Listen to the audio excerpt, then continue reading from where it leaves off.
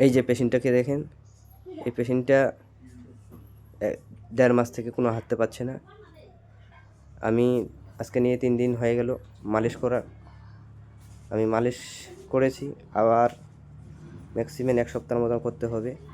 এখন আপনার থেকে হাঁটতে পারছে, আস্তে আস্তে আস্তে সুস্থ হয়ে যাচ্ছে।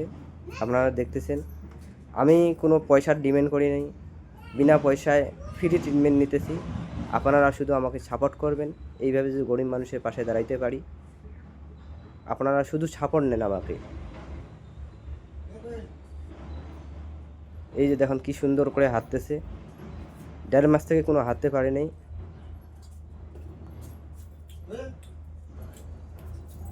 আপনি কিছু বলেন আম্মা?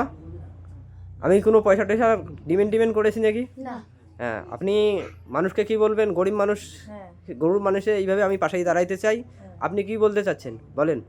ভালো না বললাম যে পয়সা করে নেয় হেল্প করতেছে, মানুষের সেবাতে বড় সেবা। ঠিক, পরকালে তোমার রাস্তা খোলা থাকবে। ঠিক আছে। এইভাবে সাপোর্ট দিতে থাকবেন আমাকে। আমি কোনো পয়সা করে লাগবে না, যত গরিব মানুষ আসবে আমি ফ্রি ট্রিটমেন্ট নিব।